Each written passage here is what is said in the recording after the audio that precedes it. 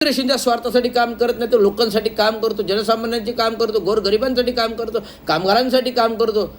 ज्यावेळेस 8 मार्च पूर्वी म्हणजे 6 मार्चला अर्थसंकल्पीय सादर करायचं होतं आयुक्तांना प्रशासक म्हणून, कारण तेव्हा लोकल बॉडी नव्हती, आता लोकल बॉडी आली. आता अर्थसंकल्प आयुक्त स्थायी समितीला सादर करेल आणि स्थायी समिती त्याचं विश्लेषण तपासणी करून मग तो महासभेमध्ये मंजूर करेल, असं एक कार्यपद्धती आहे. परंतु ज्या गेल्या वर्षी 6 मार्चला मी आयुक्तांच्या पत्रकार परिषदेमध्ये गेलो, जे बजेट पत्रकार परिषद होते मी गेलो, मी प्रश्न उपस्थित करायला गेलो तर सगळे पत्रकार अंगावर आले. तर मी सगळ्या पत्रकारांना हाकलले सभागृहातून. अरे माझ्या बापाचं महानगरपालिका झालं, तुम्ही कोण मला बोलणार आहे?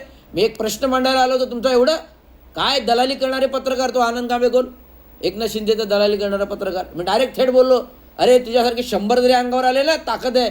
चांगो शिंदेने कधी कोणाला घाबरले तर त्याचं रक्त कशाला घाबरेल? आयुक्त घाबरले.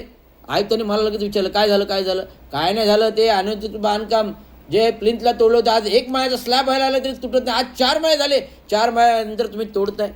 आज पूर्ण इमारत आता तोडल्यानंतर अर्धवट स्थितीत आहे, उद्या पडली गेडली, कोण अपघातात मेलं, याला जबाबदार कोण? तर काल मी विचारलं प्रश्न, तर साहेब आपल्याकडे कर्मचारी वर्ग नाहीत. हाच प्रश्न आपण मागणी केलेली आहे ती बिल्डिंग तोडण्यासाठी, कामगार वर्ग, मग कुठून मागणी करणार? आज आयुक्त म्हणतात कर्मचारी वर्ग नाही आहेत.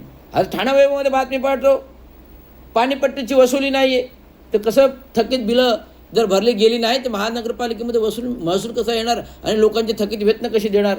खानपान सेवेचे बिल थकलेले आहे. बघा खानपान सेवा काय असते, जेव्हा महासभा असते ना, प्रत्येक वेळी लोकांना जेवण मागली जातं. जे 100, 130, 150 नगरसेवक आहेत महानगरपालिकेमध्ये महासभेला बसतात. महासभा हो अगर ना हो, पण जेवणाची ऑर्डर पहिली असते. अरे मी जेव्हा जातो, अरे लगेच महासभा संपली, लगेच मध्यंतर झालं जेवण, असे मी प्रश्न करत सगळ्यांना विचारत येतो ना. हो लगेच जेवणाची सुट्टी, पण त्याच्यासाठी जेवण प्रथम येतं. भले काम झालं नाही चालेल, परंतु जो काळा पैसा जो आहे, ठाणे महानगरपालिकेजवळ विनाकारण पैसा खर्च करते या जेवणावरती, ते का करते? जनतेचे पैसे. खानपान सेवेचे बिल थकलेलं आहे. ठेकेदारीची 1.5 वर्ष ससे हेल्प पालट होते.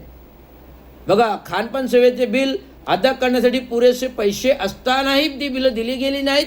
त्यामुळे मार्च एंडला ते बिलं बजेट समाप्तीला येईल, म्हणजे तो बजेट बुडीत निघेल. कारण नवीन आर्थिक वर्ष असलं का तर आधीचं बजेट बुडीत निघतो. हे महत्त्व धान आहेत.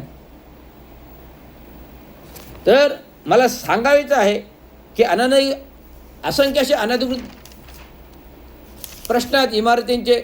आज रस्त्यावरती 354 स्टॉल दिले आहेत नरेश म्हस्केने अनधिकृतपणे. अरे सांगा, IRC कोड काय म्हणत आहे की कोणत्याही फुटपाथवर कुठल्याही आज प्रकारचं अनधिकृत बांधकाम करता येत नाही, देता येत नाही. मग महापौरांना काय कायदा कारण माहिती नाही का? एकनाथ शिंदेचं काय चाललेलं आहे? मी थेट बोलतो, आरोप आहे. किती खोके कमवायचे, त्याला तरी काही लिमिट्स आहे, मर्यादा आहे. लोक वैतागेतील एवढं खोके नाही कमवायचे ना. आज तुम्ही कोरोमॉलचा जो मलनसार केंद्राचं आरक्षित भूखंडावर सगळं सभागृह बांधले आणि सभागृहाला काय दिलं ना, गंगूबाई संभाजी शिंदे सभागृह, आणि ते तो खाजगीरित्या एका कॉन्ट्रॅक्ट ठेकेदाराला चालवायला दिलं. म्हणजे पैसे कोणी कमवायचे? एकनाथ शिंदेने कमवायचे. आज गंगूबाई शिंदे हॉस्पिटल वाघाईमध्ये इमारत विकत घेतली. कोणाच्यासाठी? आईच्या हॉस्पिटलच्या नावाने घेतली. पण त्याला शासकीय निधी कसा काय वापरू शकतो? म्हणजे मुख्यमंत्र्यांचं काय हक्काचं, म्हणजे मुख्यमंत्र्याच्या पदाचा दुरुपयोग. आज 26,67,94,000 महाराष्ट्राच्या शासनाच्या तिजोरीतून आले महानगरपालिकेतील, ते जिल्हाधिकारी शिंगाराला दिले आणि महसूल विभागाने ते एका गुजराती विकासकाला दिले. म्हणजे हा अपहार झाला. निवडणुकीमध्ये मी आक्षेप घेतला कारण मी उमेदवार होतो. हा आक्षेप नोंदवला आहे, निवडणूक आयोगाकडे लिखित आक्षेप आहे. आज उपमुख्यमंत्र्याचं पद घालवण्याची ह्या आक्षेपामुळे ताकद आहे, ती ताकद मी करायला लावलेली आहे. ॲट्रॉसिटीचा गुन्हा आहे, वर्तकनगरमध्ये चौकशी आली. का आली आहे?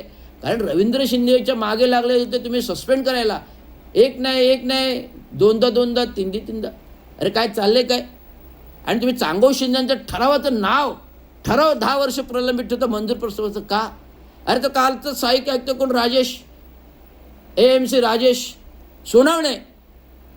हा फक्त एकनाथ शिंदेची कामं करायला सहाय्यक आयुक्त आहे का महानगरपालिकेचे काम करायला सहाय्यक आयुक्त? कुठला तरी अधिभार महानगरपालिकेने एकच फिक्स करावा.